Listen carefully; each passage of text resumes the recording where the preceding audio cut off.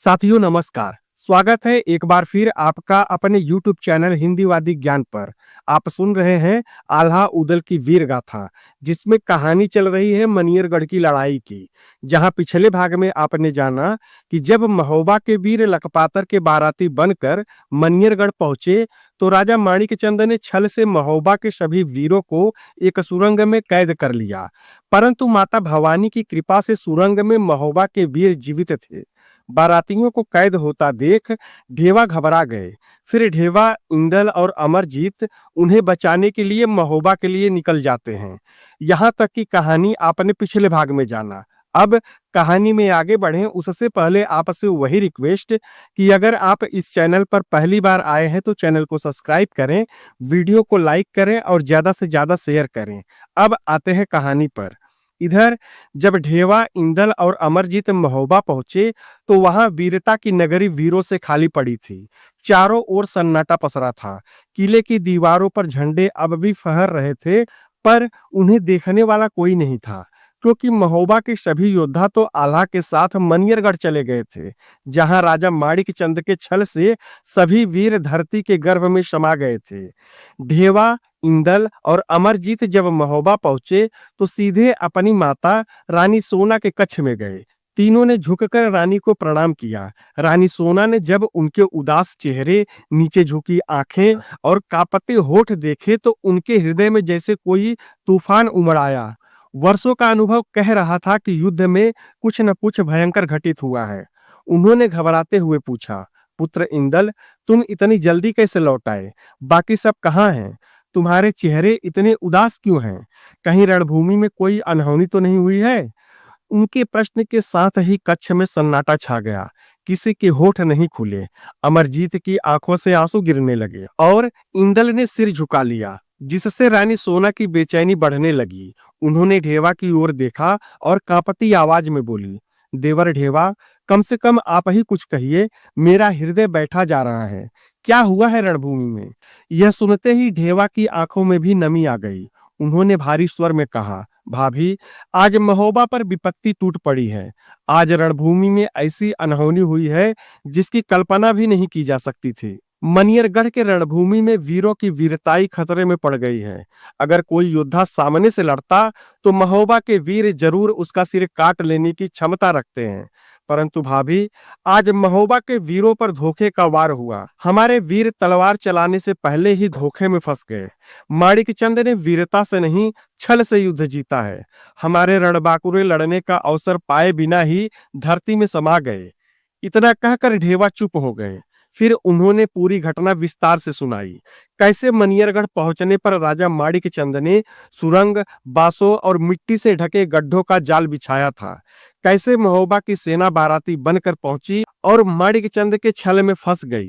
कैसे वीर आल्हा, उदल और उनके साथी एक एक कर धरती में दफन हो गए। यह सुनते ही रानी सोना की चीख निकल पड़ी। उसने अपने हाथ से जमीन को पीटते हुए कहा, हे धरती माता, मेरे सुहाग, मेरे वीर पुत्रों और महोबा की सेना को तूने निगल लिया। इतना बड़ा अनर्थ तुम नहीं कर सकती। विलाप करते हुए सोना रानी वहीं जमीन पर गिर पड़ी और रोते हुए सिर पकड़कर बैठ गई। अब महल के आंगन में मातम छा गया। तब ढेवा ने उन्हें संभालते हुए कहा, भाभी, आप अपनी व्याकुलता से हमें कमजोर न करें। हम आपके पास इसलिए आए हैं कि इस विपत्ति में आप हमें कोई मार्ग दिखाएं। आपकी सहनशीलता तो धरती माँ से भी अधिक है। आप भाई आल्हा जैसे महावीर की पत्नी हैं। मुझे आपसे ऐसी उम्मीद नहीं थी। यदि मुझे पता होता कि आप इतना टूट जाएंगी, तो मैं भी रणभूमि में अपने प्राण न्योछावर कर देता और यहाँ नहीं आता। ढेवा की आंखों से भी आंसू बहते जा रहे थे। ढेवा के शब्दों ने जैसे रानी सोना को झकझोर दिया। उन्होंने ढेवा की तरफ देखते हुए अपनी आंसू पोंछे और गहरी सांस ली। फिर धीरे से बोली, देवर ढेवा, यह समय रोने का नहीं है। यह तो समय है महोबा के शौर्य को पुनर्जीवित करने का। महोबा के माताओं की गोद से निकले वीरों का अंत ऐसे छल से नहीं हो सकता। माता चामुंडा अवश्य मार्ग दिखाएंगी। इतना कहकर रानी सोना उठी और महल के देवी चौक की ओर गई, जहां माता की चौकी सजी हुई थी। उन्होंने दीप प्रज्वलित किया, आसन लगाया और ध्यान में लीन हो गई। उस क्षण ऐसा लगा मानो महोबा की मातृशक्ति फिर से जाग उठी हो और आगामी संघर्ष की नींव वहीं रखी जा रही हो, रानी सोना की प्रार्थना और ढेवा की प्रतिज्ञा से। रानी सोना ध्यान में लीन थी, उसका मुख दीपों की मंद रोशनी में चमक रहा था। तभी आकाश से शांति के बीच अचानक एक अनोखी आभा महल के कक्ष में फैल गई। वह आभा गहरी, तेज और अति शांत थी, मानो कोई देवी अपने कदमों से चली आ रही हो। रानी के हृदय में एक आत्मीयता सी जगी और आंखों के आगे प्रकाश के हल्के झरोखे बन गए। उस आभा से एक कोमल परंतु प्रबल स्वर उठा। यह माता जगदम्बा की आवाज थी। वह आवाज रानी सोना के कानों में फुसफुसाई, अरे सोना रानी, भय मत कर। तुम्हारे पति, तुम्हारा पुत्र और महोबा की सारी सेना पृथ्वी के गर्भ में सुरक्षित है। मैंने उन्हें अपनी शक्ति से धरती में जीवित रखा है। मैं उन्हें बचाने के लिए धरती के भीतर प्राणवायु बनकर सबके साथ हूँ, पर मेरी शक्ति सीमित है। मैं उन्हें अधिक समय तक नहीं रोक सकती।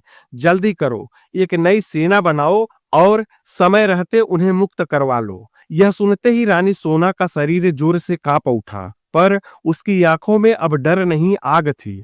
अब सोना के शोक के आंसू धीरे धीरे दृढ़ता में बदलने लगे। रानी ने देवी की आभा के आदेश को अपने शब्दों में दोहराया और आखिर में धीमे पर दृढ़ आवाज में एक फैसला किया कि अब सेना की मदद कोई दे सकता है तो वो है पृथ्वीराज चौहान, और इसके लिए मुझे पिथौरागढ़ स्वयं जाना पड़ेगा। तब ढेवा ने कहा कि भाभी, पृथ्वीराज चौहान महोबा का हितैषी नहीं है, और अब जबकि महोबा में कोई तलवार चलाने वाला नहीं है, तो ऐसे में हमारा पिथौरागढ़ जाना क्या उचित होगा? तब रानी सोना ने कहा कि हमारे पास उम्मीद का रास्ता सिर्फ वही है। ऐसे में हमें एक बार कोशिश अवश्य करनी चाहिए। ढेवा, इंदल और अमरजीत तीनों शांत खड़े थे, जिसे रानी सोना ने मौन स्वीकृति मानी और अगले कदम के लिए आगे बढ़ गई। महोबा में अब शोक नहीं, तैयारी की हलचल थी। रात लंबी थी, पर हर दिल में एक ही धड़कन गूंजने लगी कि क्या रानी सोना का यह कदम उचित होगा? कहीं मौका देखकर पृथ्वीराज चौहान भी धोखा न कर दे। यह आशंका सबके मन में थी, परंतु उम्मीद की किरण भी वही थी। अतः सुबह होते ही रानी सोना ढेवा, इंदल और अमरजीत के साथ एक छोटी सी सैन्य टुकड़ी लेकर अपनी डोली में सवार होकर पिथौरागढ़ के लिए निकल पड़ी। इधर पिथौरागढ़ की सुनहरी सुबह में राजा पृथ्वीराज चौहान का भव्य दरबार सजा था। विशाल सभा भवन के बीचों बीच स्वर्ण सिंहासन पर स्वाभिमान से दीप्त राजा स्वयं विराजमान थे। चारों ओर उनके प्रसिद्ध योद्धा, पारस, धांधु, सेनापति, चौड़ा पंडित और अनेक नामी योद्धा अपनी चमचमाती कवच पहने हुए अपने आसन पर बैठे थे। सभा में राज्य के उत्थान, सीमाओं की सुरक्षा और प्रजा के कल्याण पर गहन चर्चा चल रही थी। दरबार में गंभीर शांति थी। तभी अचानक द्वार पर खड़े प्रहरी ने महाराज को सूचना दी और कहा कि महाराज की जय हो, एक सैनिक महोबा से समाचार लेकर आया है। फिर राजा का आदेश पाते ही सैनिक ने दरबार में प्रवेश किया। वह थका हुआ था, पर चेहरे पर गंभीरता झलक रही थी। वह झुककर सिंहासन के आगे आया और हाथ जोड़कर बोला, महाराज पृथ्वीराज चौहान की जय हो। महाराज, महोबा से रानी सोना स्वयं अपने पुत्र राजकुमार इंदल और अमरजीत के साथ यहाँ पधारी हैं। वीर ढेवा तिवारी भी उनके संग हैं। वे किसी अत्यंत आवश्यक विषय पर आपसे मिलना चाहती हैं। सैनिक की बात सुनते ही दरबार में जैसे सन्नाटा फैल गया। सारे वीर एक दूसरे का मुख देखने लगे। महोबा का नाम सुनते ही सबके मन में असंख्य प्रश्न उमड़ पड़े। क्या आल्हा उदल की भूमि से आई रानी किसी युद्ध का संदेश लेकर आई है, या पिथौरागढ़ पर कोई बड़ी विपत्ति आने वाली है? ऐसा वो इसलिए सोच रहे थे क्योंकि महोबा और पिथौरागढ़ में अक्सर कोई ना कोई विवाद रहता ही था। अब सभा के वातावरण में रहस्य और उत्सुकता दोनों घुल गए। तभी राजा पृथ्वीराज चौहान ने अपने चारों ओर देखा, फिर गंभीर स्वर में बोले, महोबा की रानी सोना, वह पहली बार हमारे राज्य में पधारी है। वह केवल महोबा की रानी नहीं, बल्कि वीरता और नारी शक्ति की प्रतिमूर्ति है। उनके आगमन से हमारा दरबार गौरवान्वित होगा। उन्होंने सेनापति से कहा कि जाओ, रानी सोना और उनके पुत्रों का स्वागत राजकीय सम्मान के साथ करो और सम्मान से दरबार में लेकर आओ। राजा के आदेश का पालन करते हुए सैनिक शीघ्रता से बाहर गया और कुछ ही क्षणों बाद रानी सोना को लेकर दरबार में वापस लौटा। जैसे ही रानी ने दरबार में प्रवेश किया, राजसभा में उपस्थित सभी योद्धा और मंत्री आदर से खड़े हो गए। उनके सामने वही रानी खड़ी थी जिनकी वीरता और त्याग की गाथाएं पूरे उत्तर भारत में प्रसिद्ध थी।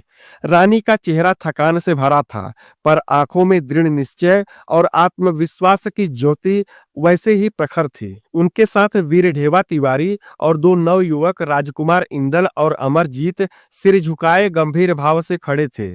महाराज पृथ्वीराज चौहान ने अपने सिंहासन से उठकर अभिवादन किया और कोमल किंतु गंभीर स्वर में बोले, रानी सोना, आपका हमारे दरबार में स्वागत है। वीर ढेवा, युवराज इंदल और अमरजीत, आप सबका यहाँ आगमन हमारे लिए गौरव की बात है।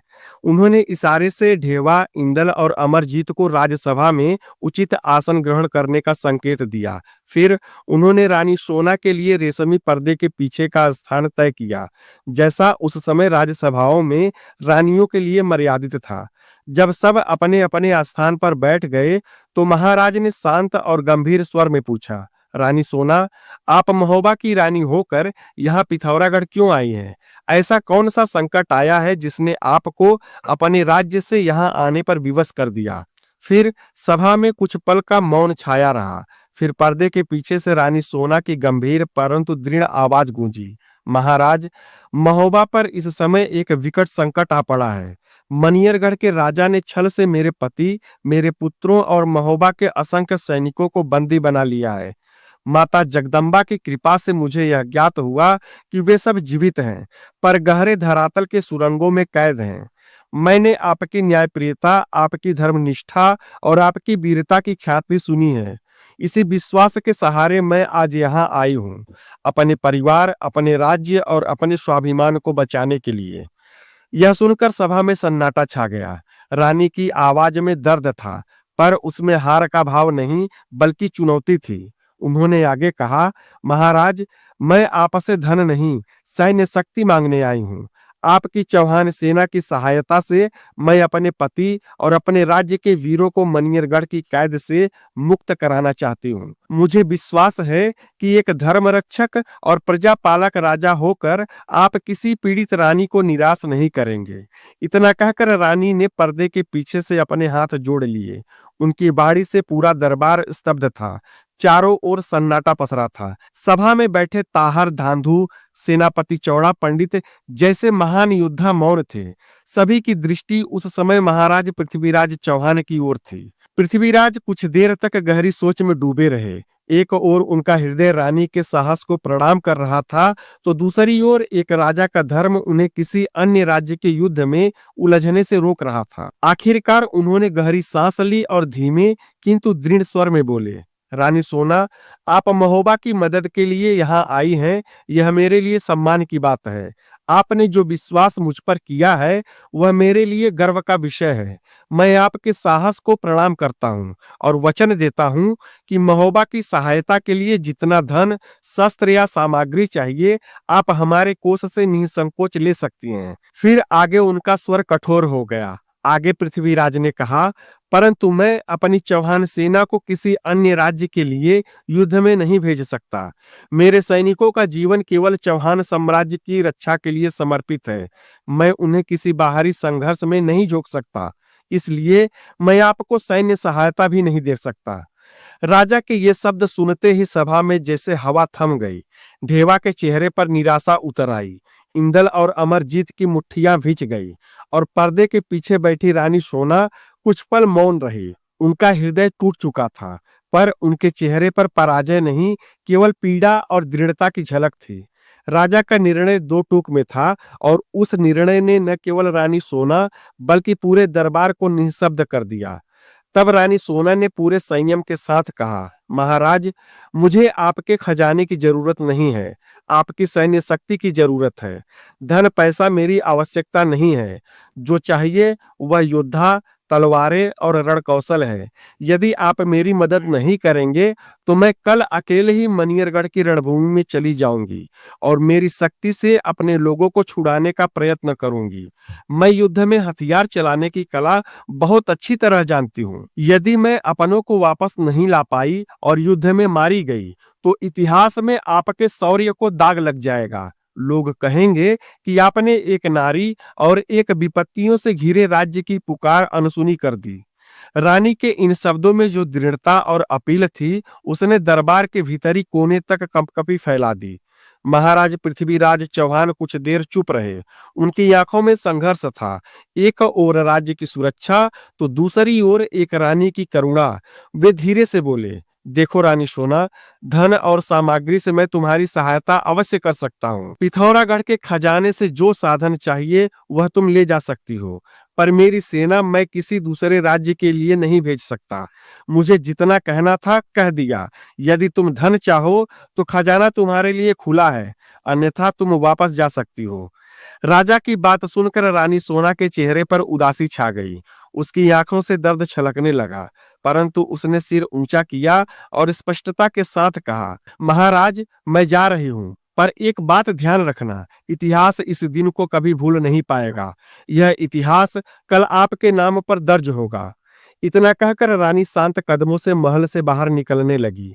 उसके साथ ढेवा, इंदल और अमरजीत भी चल दिए, पर उनके कदमों में अब भी वही दृढ़ता थी जो हार को भी पराजय नहीं मानती थी। इधर महल का वातावरण अचानक गंभीर और मौन सा हो गया और दरबार में उपस्थित हर योद्धा के हृदय में एक अजीब सी कटुता फैल गई। उसी क्षण सभा में बैठा एक सूरवीर योद्धा, सेनापति चौड़ा पंडित, जो राजा के गहरे आघात से हिल उठा था। चौड़ा पंडित केवल एक सेनापति नहीं था, वह शौर्य और धर्म का प्रतीक था। रानी के शब्दों और राजा के निर्णय ने उसके मन में आग लगा दी। उसकी आंखों में क्रोध और धर्म का बोध एक साथ चमकने लगा। जैसे ही रानी सोना दरबार से बाहर निकली, उनके जाते ही वातावरण भारी और शांत हो गया था। दीपों की लौ कांप रही थी, जैसे दीपों की लौ, और स्वयं महल भी इस निर्णय से व्यथित हो उठा था। उसी समय सभा में बैठे सेनापति चौड़ा पंडित अचानक अपने स्थान से खड़े हो गए। उनकी आंखों में असंतोष और हृदय में धर्म की ज्वाला जल रही थी। उन्होंने दृढ़ स्वर में राजा से कहा, महाराज, क्या आपने जो अभी किया वह न्याय संगत है?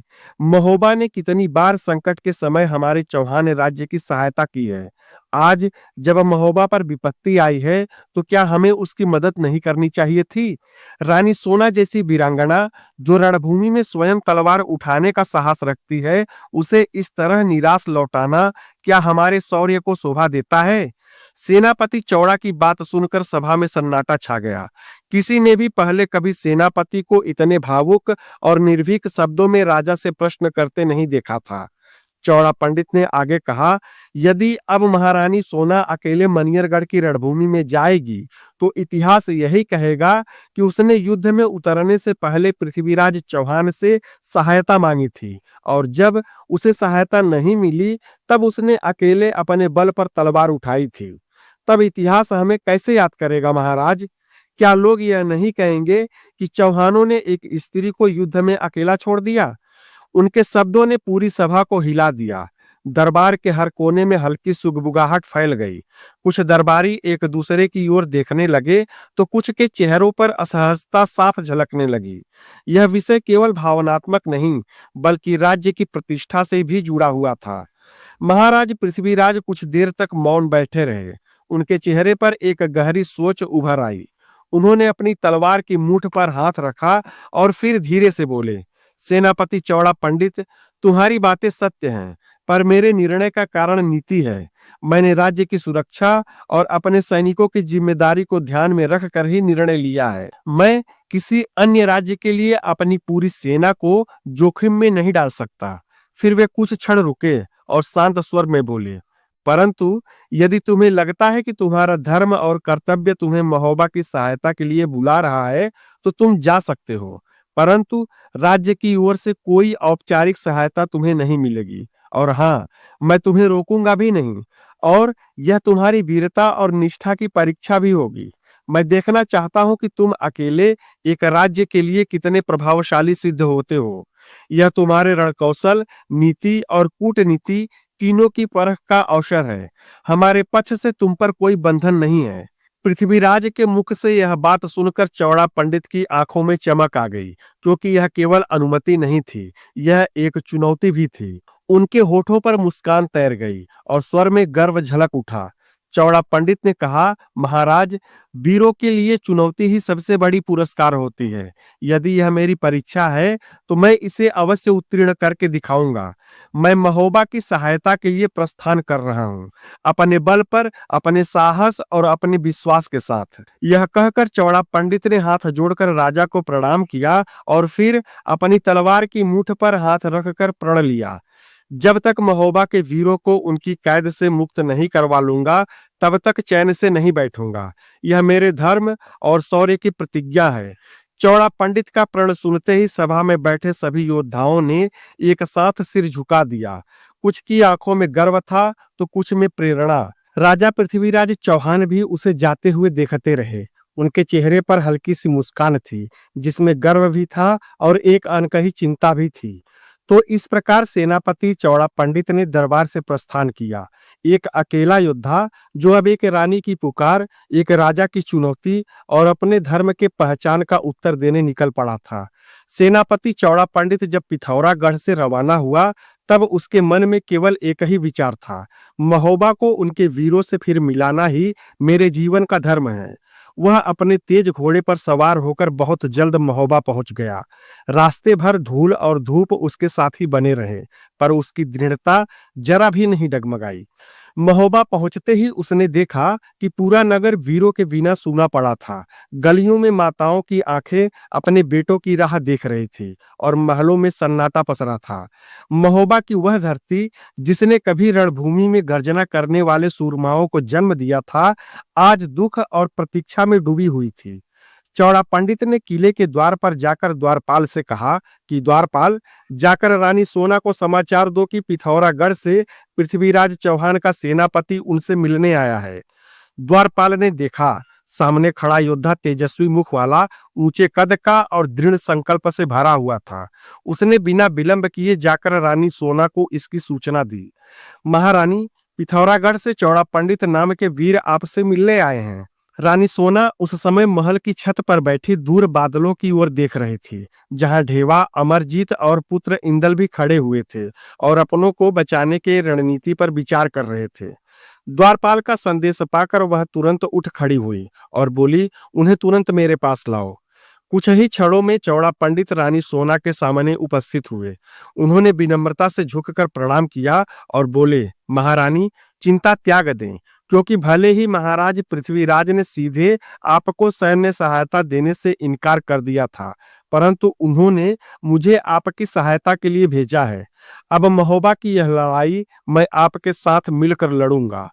रानी ने कुछ क्षण तक चौड़ा पंडित की आंखों में देखा, फिर बोली, सेनापति, आपकी वीरता पर मुझे कोई संदेह नहीं है, पर आप अकेले कैसे पूरी सेना का सामना करेंगे? मनियरगढ़ की सेनाएं सुसज्जित और बड़ी हैं।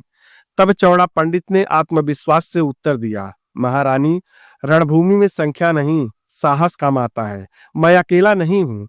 आपके पुत्र इंदल, उदल के पुत्र अमरजीत और महावीर ढेवा तिवारी मेरे साथ हैं। बस हमें आपका आशीर्वाद चाहिए, बाकी कामयाबी हम तलवारों से लिख देंगे। चौड़ा की बातें सुनकर रानी सोना की आंखों में आशा की एक किरण जग उठी। उन्होंने अपने हाथ जोड़कर कहा, चौड़ा पंडित, महोबा की धरती आपको प्रणाम करती है। अगर आप इन वीरों को वापस ले आए तो यह महोबा पर आपका उपकार रहेगा। तब चौड़ा पंडित ने दृढ़ स्वर में कहा, महारानी, आप निश्चिंत रहें। बहुत जल्द आप सुनेंगी कि मनियरगढ़ की भूमि फिर महोबा के वीरों की तलवारों से कांप उठी है।